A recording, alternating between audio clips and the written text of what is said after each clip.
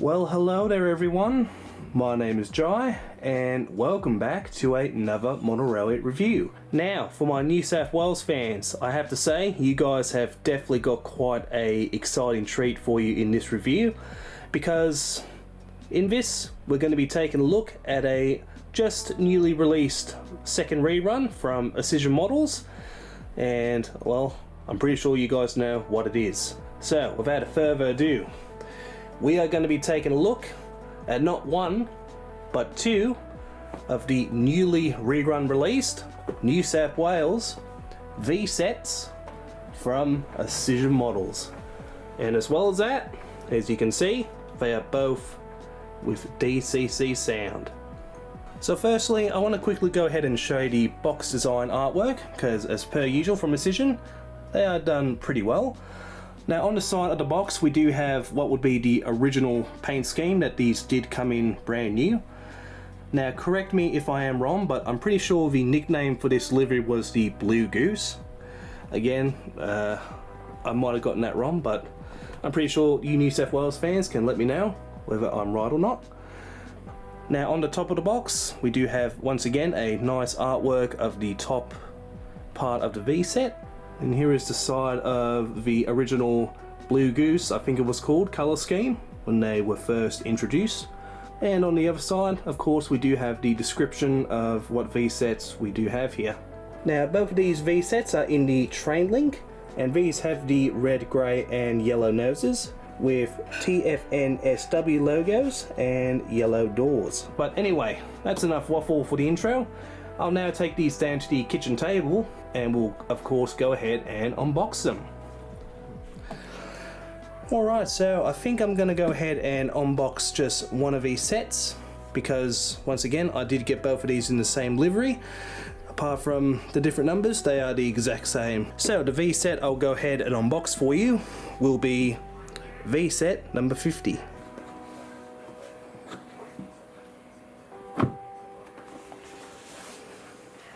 So obviously we do have some paperwork, so I'll quickly go ahead and show you what we have here.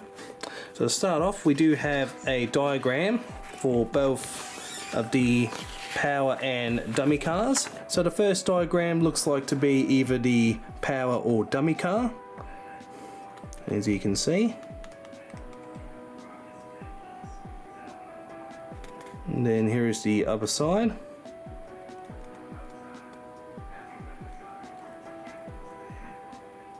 And here is a diagram of one of the trailer cars.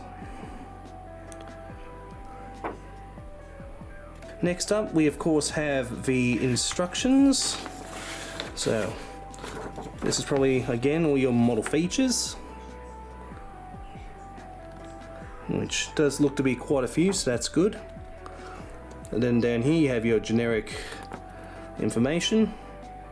And of course, just like usual, on the other side we have all the DCC functions, which there do seem to be quite a few of them, which is obviously really good. Here is a diagram that apparently explains a bit more information about some of the functions. So again, if you're interested, you can read all that. I know I'll probably have to read some of this to understand how it all works.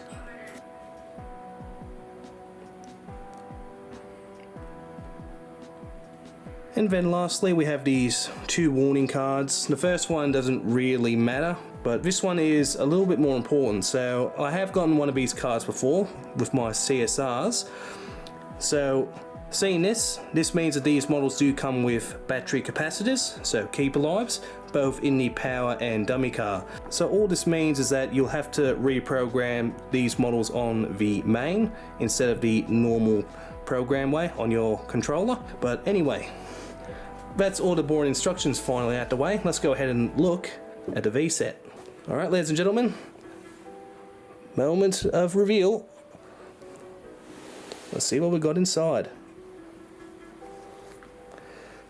And there she is. So, once again, looks like we do have some little bits of detail and stuff like that inside, so we'll have a quick look at these first. So firstly, we do have some extended couplers for anyone who has tighter curves on layouts. pretty standard. Obviously, if you have sharper curves, you can use those. And second, it looks like we have some either spare parts or extra bits of detail that you can put on your model. I'll probably won't bother putting any of these on anytime soon, but it's nice that we still have that option. Let's go ahead now and take out the power car V50. And I can tell you one thing, these are fairly heavy, it seems like. This is a pretty heavy unit, so that's really good. But here it is, it's quite big, isn't it? So on the side here is a very nice look. We do have the yellow doors. We have the amazing double-decker section, which does look really cool. It kind of sucks that here in Victoria we don't have any double-deckers, although we did try one, but that failed spectacularly well. So here is the front of the model. So again, we've got V50 on the number here. We of course also have a lot of separately fitted bits of detail, such as the hoses. We have the window wipers. We also have the Intercity printed very nicely on the top there, with the nice bit of red. And for what I can tell, the cab interior does look pretty good. We do of course have some drivers in there, and we have the Trainlink logo right here. And on the side here we do have descriptions of this being the power car, I'm guessing with the DMU, and it is number 8117. And of course we have all these little stickers and notices on the sides of the cabs. We also have some stickers on the doors, which again look really cool. We also do seem to have a little blue light here. Now, I have done a little bit of research, and I'm pretty sure, if I'm correct, this blue light coming on means that the guard is on the rear carriage, if I'm correct. But once again, looking more closely inside, we do of course have all the seats and side there, so the interior does look fairly decent. Here is a look at the underframe. So of course we have Auscision there, and we have all the little lights that we can turn on or off on the DC variants. And as far as on top, as you can see, looks pretty good. Now as you can see, we do have a pantograph there, but I'm not going to even attempt to put that up, because usually when it comes to Auscision models with pantographs, they're an absolute pain in the neck to bring back down, so I'm not even going to mess with that. But anyway, that was one of the power cars. Let's go ahead and look at one of the trailer cars. And here we go, here is one of the trailer cars, which as you can see does look fairly decent. On the front here, of course, we do have some little separately fitted hoses again, which is really nice. As far as the livery, again, it's done very, very nicely. We have lots of stickers all over the model. Again, the interior is quite heavily detailed, which is again really good. So on the side here, we do have the description for the trailer car, which is DIT, it looks like, and this one is 9113. But I can definitely tell you, these are a lot lighter, obviously, from the power unit, but I'm not going to really complain. Obviously you don't want these to be too heavy, or else they won't be able to carry them. Also, if anyone knows if these particular two V sets, V50 and V47, are still around, I wouldn't be surprised if they're not. They're probably both scrapped by now, but if anyone does know any information about them, please let me know, because I'll be very curious if these particular sets I've got are still around in real life. But I've got my doubts. I just realised on here, it seems like we do have the air cons, as you can see, because we've got the fans there. Also, something else, if you're wondering what these little tank things are, apparently that's where the bathrooms were, so yeah. I never thought a metro train like this would have had bathrooms, but yeah, well, I guess again in Melbourne we don't have that on our metro trains. Only on the regional ones will you see bathrooms. But anyway, once again, fairly nice coach. Let's go ahead and quickly look at the dummy trailer car. So obviously this does feel a lot lighter, because again this is just a dummy car. Honestly, I think it makes sense that this would not have a motor in it. It would be a bit silly if it did. But nonetheless, apart from the fact that this doesn't have a motor, it is pretty much the exact same And overall, again, it does look very nice. But there you go, everyone. So that was the unboxing of the V set. Once again, overall, I think it's quite a decent model so far. I'm really, again, loving the detail, and also the build quality is pretty good, from what I can see. Now, this is usually the point where we'll go in my room and test the DCC functions. However, though, I think this time I'm just going to go straight to the club and I'll show you some of the functions there. So, with that, let's make our way to the club.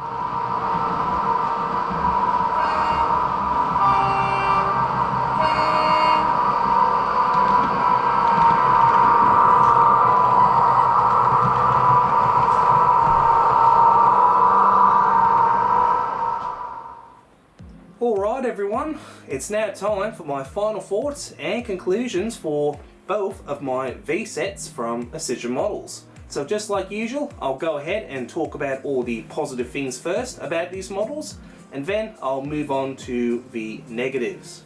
So to start off, I want to go ahead and talk about the build quality first of these models. For the most part, the majority of the separately fitted bits of detail are put on the model very well. That also goes for all the bogies, couplers and the pantographs on the models as well. And as well as that, all the interior detail in the models is also done very nicely. Now as far as the liveries on these models, once again I have to say they are done very nicely. That also goes for all the labelling on the models, of course that being all the stickers, logos and etc.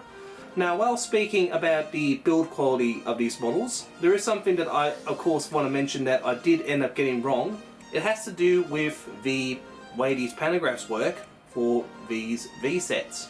Unlike before, where the Tate sets and L-class pantographs would easily come up, however though, when you tried to put them back down, they were an absolute nightmare to try and clip back in. Where with the V sets, as you'll see in this short clip I've done for you now, again the pantograph does come up very easily, but also clips back in without a problem. So I will give Auscision a big thumbs up for the upgrade that they did to make the pantographs work better. As well as that, I can't be 100% certain, but just like with previous models with pantographs, somewhere in these models there will be a switch where you can convert it so the pantographs can actually pick up real power if you have overhead wiring on your layout. Again, I'm not 100% sure, but I've got no doubt that these models can do that. Now, as far as the performance of these models, I once again honestly can't fault it. Overall, these models did run very well. I didn't have any problems where they would cut out or jerk around or anything like that, and the Keep Alive system did exactly what it was meant to do. And the same goes for all the lights on the models. Once again, they all did work perfectly fine with no problems. Now for my final positive on these models, I want to of course talk about the DCC side of them. Unsurprisingly, I have to say I absolutely do love all the sounds that these models do make. I especially do love these three that I'm going to mention right here. One has to be the doors opening and closing sounds. I really do think that they're quite cool, especially with the small announcements that they make. Now as for my other two functions, it of course is the train horns, if you haven't already guessed. So those are all my positives for these models. Now let's go ahead and talk about some of the negatives. Now thankfully there are only really two negatives I want to talk about, with the first one having to do with, I'm guessing, the way Auscision do glue some of their parts on their models. Now as I did mention just earlier in my positive section, I think for the most part the majority of the separately bits of detail are fitted on the models fairly well. But I have been hearing a few complaints from some people I know that have experienced bits of detail falling off their models quite easily. Now I can confirm that there were a couple bits of detail in one of my examples that was actually floating in the box. Now the V set I did unbox on camera didn't have any floating bits of detail inside the packaging. However though, the one I didn't record unboxing, I did actually end up finding a couple bits of detail floating inside the packaging. That being this odd black looking thing, which I'm not sure what it is, but I'm guessing it's a bit of underframe detail or something. And the second thing was a step ladder. So again, it is a little bit annoying when you buy a new model and straight away bits and pieces are already off the model. I guess the only thing I can mention to Auscision, if they're watching this, is perhaps if they use maybe a bit more better glue, then perhaps there's less chance of detail falling off. Now my second one is kind of the same, but it has to do with the speaker of the models. As I mentioned before, I think the sounds do sound very nice. However though, it has come to my attention that already, that both of my examples at least, the speakers are already starting to sound, I'm not sure how you would say it, but like grainy or a bit crusty. However you say it, it does sound like that the speaker is already starting to fail, which again, for a model that costs as much as it does, is not really a good sign. Now, I know that there is a function that you can use to, I think, quiet down or turn up the sound. For what I heard, I think the majority of Auscision models with DCC sound are cranked up to 50%. But if the speakers are already starting to fail at just around 50%, then yeah, it might not be a good idea to crank those things up to around 100. I honestly think if the standard is going to be 50% volume, then the speakers need to be able to handle that level for more than just a week or two, because I noticed the sound starting to get grainy roughly about a week and a half after I started running them. But with that, those are my final thoughts and conclusions for the V Sets from Auscision Models. So overall, I would still definitely recommend these models if you are planning to get one. And speaking about if you guys are planning to maybe get one, or maybe two, like me. Now of course you can get them from Auscision directly, at least what's left of them. Yeah, unsurprisingly, it seems like over 95% of the V Sets from their site have currently sold out. The only V Sets that are still currently available is, funny enough, the exact examples that I have right here. So both V47 and V50 in the Train Link livery, both in DC and DCC. But apart from that, Auscision don't seem to have any more in stock. However though, it isn't all bad news, as Trainworld actually do seem to have quite a variety of V Sets available for the time being. However though, I would suggest if you are wanting to get a V Set, I would definitely consider getting one as soon as you can, because these V Sets from Trainworld will most likely not last long. But with all that being said, everyone, that's going to be it for my review on the V Sets from Auscision Models. So, of course, like always, I hope you guys did enjoy this review, and I hope to, of course, see you guys next time. Bye bye.